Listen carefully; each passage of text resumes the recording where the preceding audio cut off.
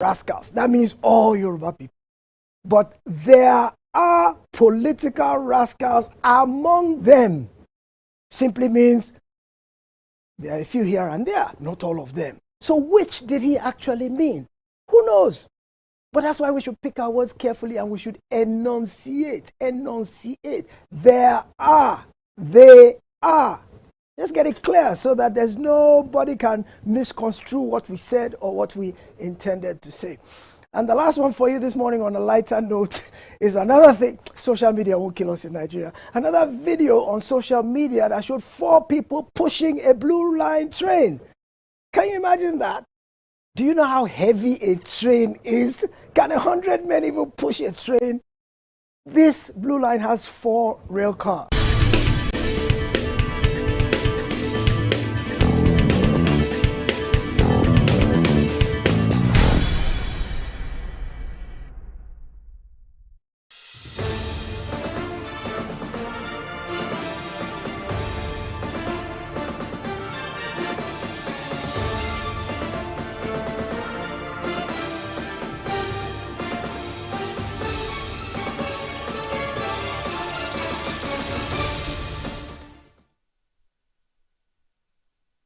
It's a pleasure to have you join us on News Now this morning on TV360 Nigeria. I am Simisola Atikun.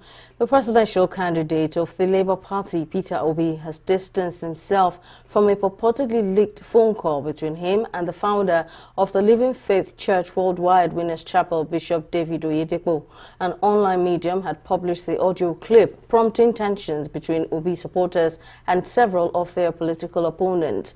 While Oyedepo had earlier declared he never campaigned for any politician or spoken to any group on their behalf, Obi, however, took to Twitter on Wednesday to reject the authenticity of the audio, arguing that he consistently maintained his focus on an issue-based campaign while pursuing a new Nigeria characterized by inclusion, justice, equity, fairness, and prosperity.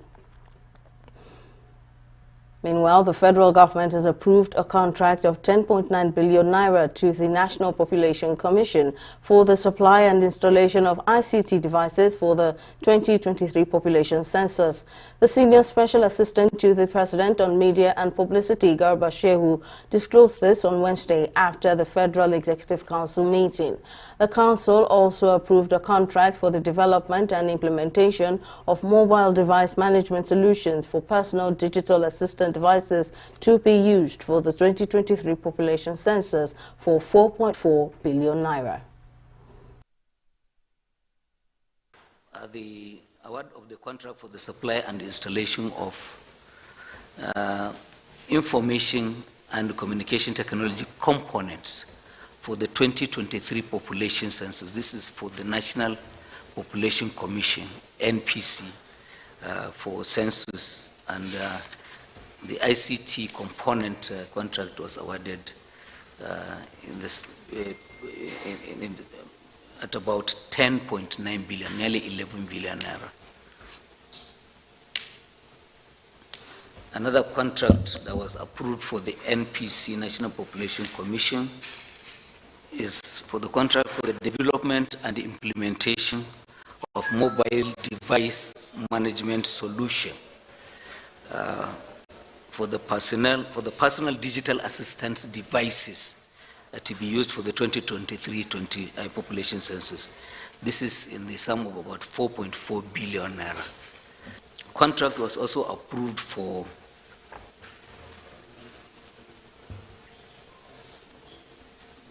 the development of infrastructure, external costs of infrastructure at the Economic and Financial Commission, EFCC, New Training Academy.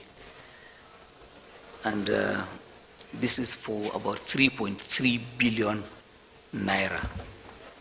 Another one is for a variation in the cost of the airport, in the costs for the supply of airport fire crash tenders. That's what they call them. Fire crash tenders for the Ministry of Aviation. And this is for about 65 million naira. The variation in the cost. Benue State's Governor-elect Reverend Father Hyacinth Alias says when he assumes office on May 29, 2023, he will work hard to revive the state's civil service. The Governor-elect said this on Wednesday during a courtesy visit to President Muhammadu Buhari. Alia also lamented the ethnic division that reared its head between the people of the state and Fulani herders, which he said was strange to Benue State. The clergy-turned-politician said he has been elected to lead the state in order to infuse life into it and keep it moving. Once I'm sworn in, I know that what the good people of Benue want is progress, is development, and there's so much that we need to put on track for things to work. Benue State is an agrarian zone, so we must keep a good focus on agriculture, upgrade it, and Benue is very capable of feeding the whole nation. So we're not just the food basket of the nation by name, and I'm hoping that we would up our game in agriculture and take care of the rest as well. It's sad that the life of civil service in the state is near collapse. It's in the ICU, so I just need to get in there and infuse life in it and keep us moving. We have a lot of backlog of unpaid salaries and pensions and gratuities. So already I got much on the desk, to keep a good focus on, and I remain very hopeful that I'm going to do just that. In a bid to eradicate the challenges associated with illicit drug trafficking in the country, the National Drug Law Enforcement Agency, NDLEA, and the Nigeria Customs Service have signed a memorandum of understanding. Speaking during the signing in Abuja, the chairman of the NDLEA says the MOU contains several innovations that will encourage interpersonal relationships amongst the various levels of command and administration of both organizations. On his part, the Comptroller General of the Customs said that both the NDLEA and the NCS must invest in technology to fight the drug menace. The ultimate objective is to dissolve suspicion, friction, and general interagency rivalry that does not do our nation any good in terms of effectively securing the entry and exit points of our dear country.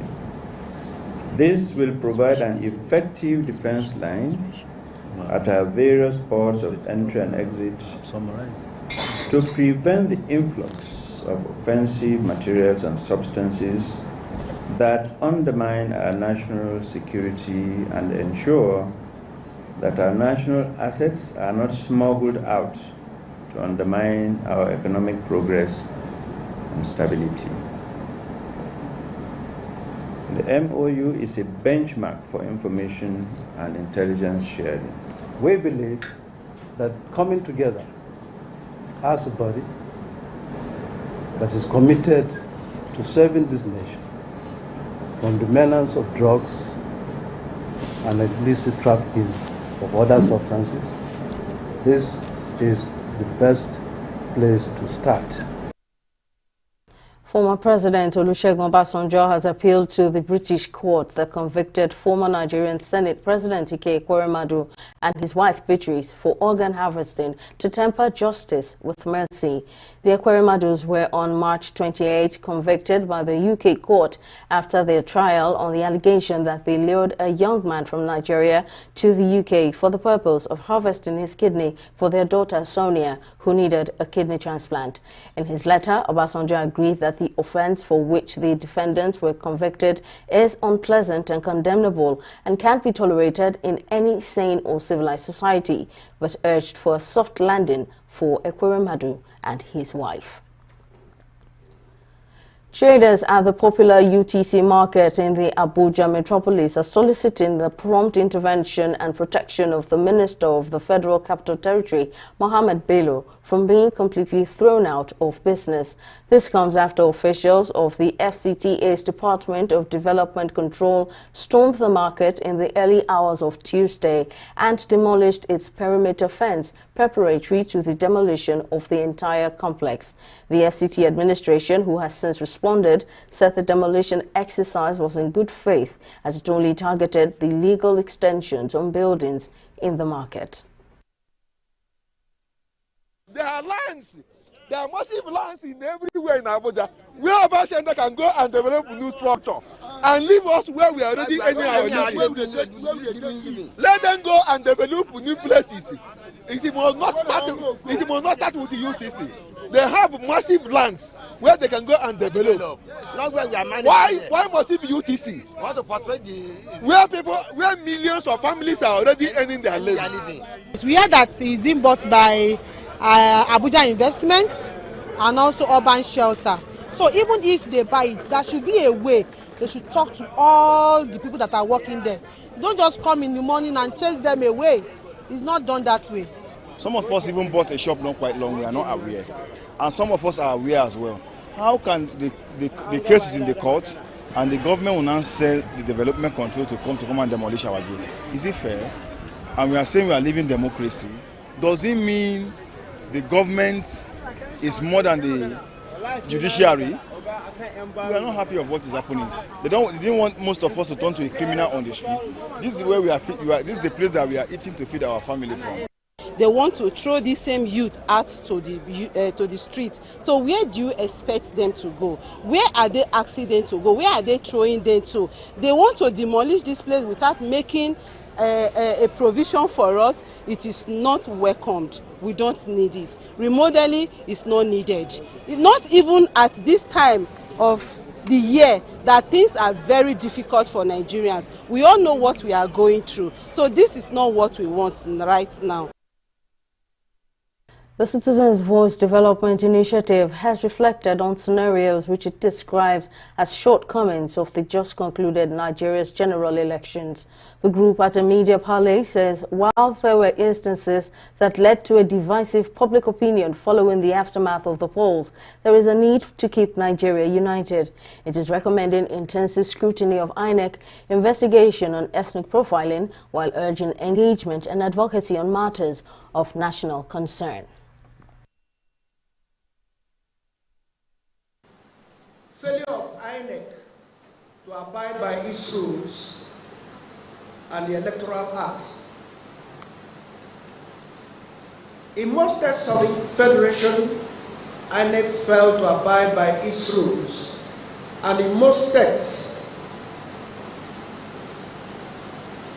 INEC failed to abide by its rules and the Electoral Act. For instance, despite her constant assurances that bimodal voters accreditation system, BVS, will be effectively utilized in the election and that the results will be posted real time, she dismally failed in doing so, especially during the presidential election. There were widespread electoral malpractices in most parts of the country, especially in Rivers, Lagos, Kogi, Imo, Kaduna, and Kano. In many of these places, vote buying and intimidation were rampant. Secret balloting was ignored, as in several places, voters did not only show who they were voting for, but had pictures of them. Moreover, the elections recorded such other electoral malpractices as massive rigging, shootings, killings, confiscating of INEC materials, and disruption of election procedures. Stepped down the confirmation of Funke Opeke for appointment as member of the Universal Service Provision Board. President Muhammadu Buhari had on March 29 sent the names in a letter read by Senate leader Senator Abdullahi Gobir at the floors of the Red Chambers. Reading the report of the Committee on Communications at the Red Chamber on behalf of the Chairman, Senate Committee on Communications, Senator Oluremi Tinubu, the lawmaker representing Yobe South, Senator Ibrahim Bomai, read out the names of the nominees who were thereafter confirmed. One of the nominees, Engineer Funke Opeke, was unavoidably absent due to pre-scheduled medicals outside the country. Recommendation: the committee, after exhaustive deliberations and scrutiny of the CVs and other supporting documents of the three nominees, and having satisfied their qualification and experiences, hereby recommend that the Senate do confirm the three nominees. From the report here, these three nominees have outstanding pedigrees. They do not have anything that may be said to be adverse against them. In view of the recommendation of this committee, I urge the Senate to give its note for the confirmation of these nominees as I requested. I so submit. The Senate, in the Committee of the Whole, considered the report of the Committee on Communications on the screening of Mr. President's nominees for appointment as Governing Board of the Universal Service Provision USP, and approved the nominations of Mr. Ahmed Abubakar Walama, Mrs. Fatima A. Kiari, Engineer Benga Adebayo as Governing Board of the Universal Service Provision USP. And the Senate stood down the approval of the nomination of Engineer Funke Opeke. Is this a true reflection of what transpired in the Committee of the Whole? We'll go on a break here and return with COVID updates. Just stay with us.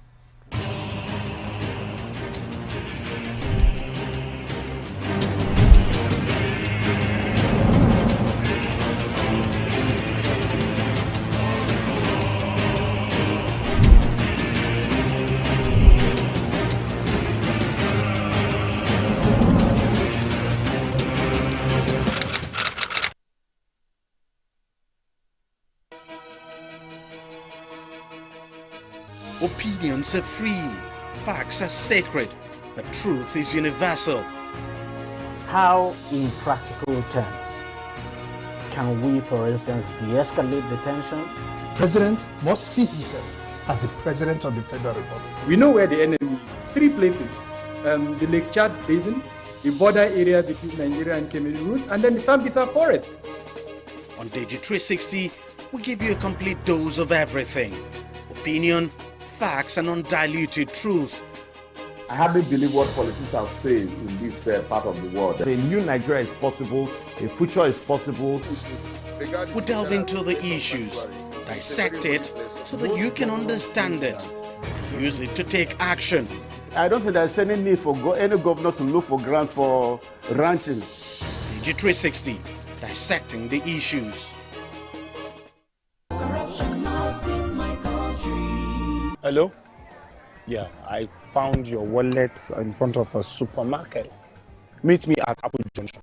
Yes, I'll be waiting for you. Now we find out. 2 of us. Thank you very much, officer. You know, it's surprising that men like you still exist in the police force. Yes, so... Oh, yes. This is just a token of my appreciation. Oh, no, you don't need to do this. We're only doing our job. Thank you very much. God bless you. Now I know police is really my friend. Yes. Hey.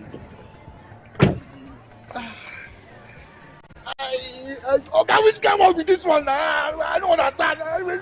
You know your problem. You are greedy. I'm a policeman who is doing his job. All forms of corruption in the force. Not in my country. Corruption not in my country. In case you missed any of, welcome back rather, in case you missed any of our news bulletins, for more updates you can catch us on Limex World TV or log on to our website on www.tv360nigeria.com. You can also follow us on our social media platforms on Twitter, Instagram and YouTube at TV360 Nigeria. On Facebook, we're at TV360 Online.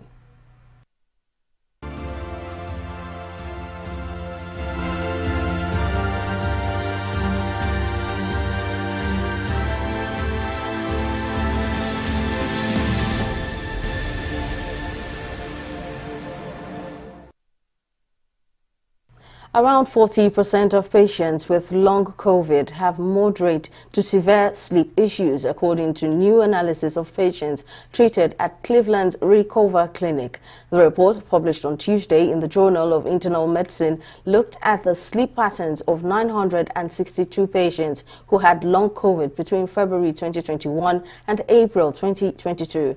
More than half of the patients, 58%, reported normal to mild disturbances, while 41.3% indicated moderate to severe sleep disturbances. Black patients were significantly more likely to have these disturbances, up to 3 times more than the other races. We'll take another break here and come back with more updates in business. To stay with us.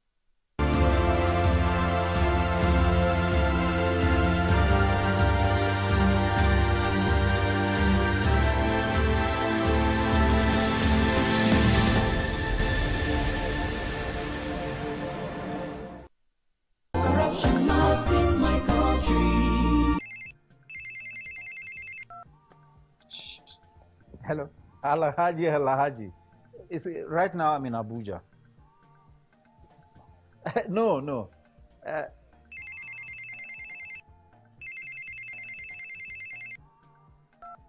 Hello, Adamu.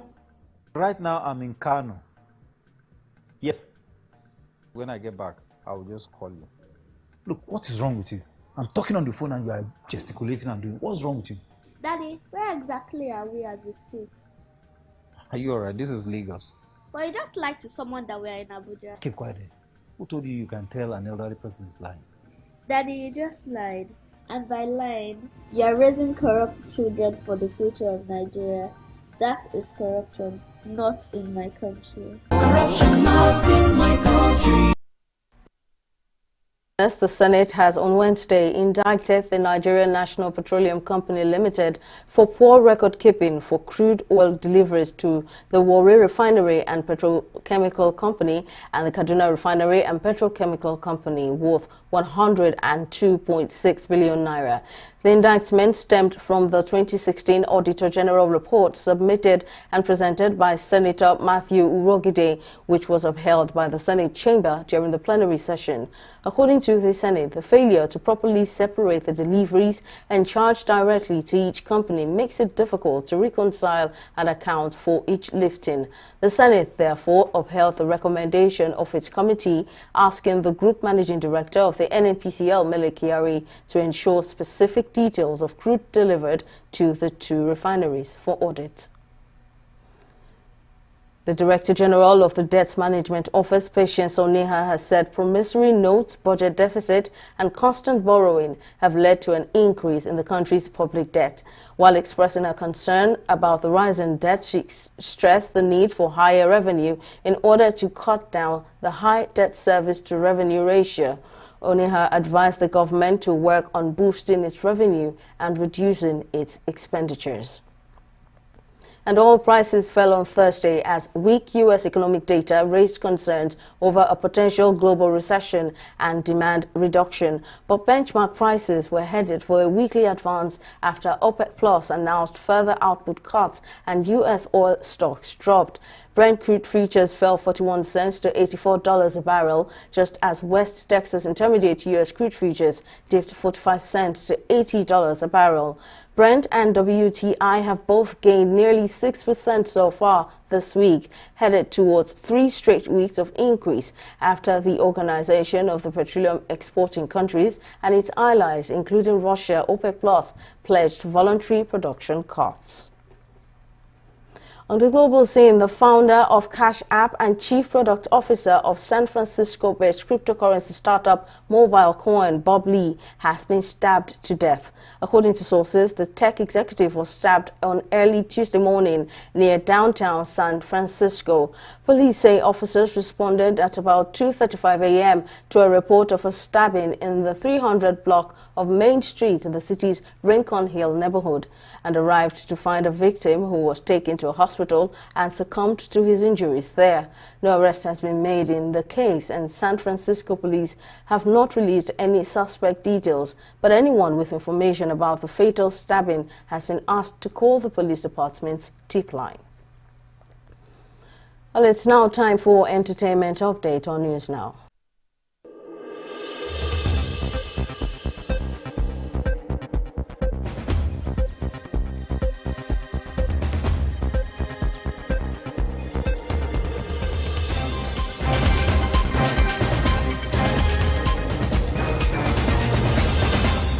Nigerian singer Davido has set another record for himself days after the release of his first studio album titled Timeless by revealing he will be handling 2 roles at this year's Forbes Under 30 Summit. The singer will be speaking and performing at this summit, which will be held in Gaborone in Botswana from April 23rd to 26th.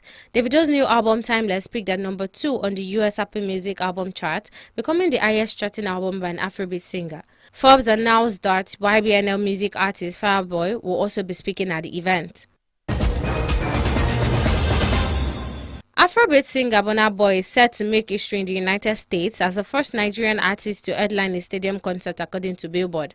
Taking his Love the Mini tour across Europe and America, the show is set to hold July 8, 2023 at New York City Citi's Field.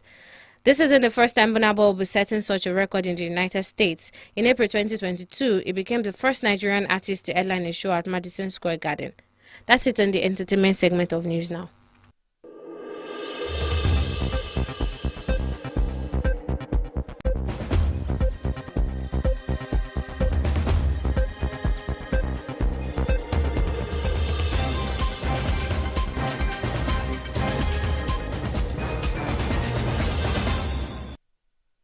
Finally, in sports, Super Falcons head coach Randy Waldron has said his side faces a daunting task at the 2023 Women's World Cup.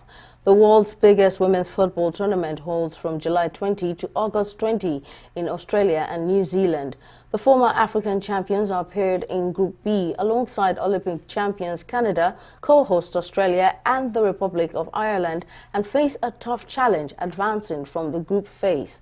Meanwhile, the Falcons departed for Turkey on Monday ahead of the friendlies against Haiti and the World Cup co-host New Zealand. That's all in our bulletin this morning. Many thanks for watching. I am Simisola Atugun. Bye for now.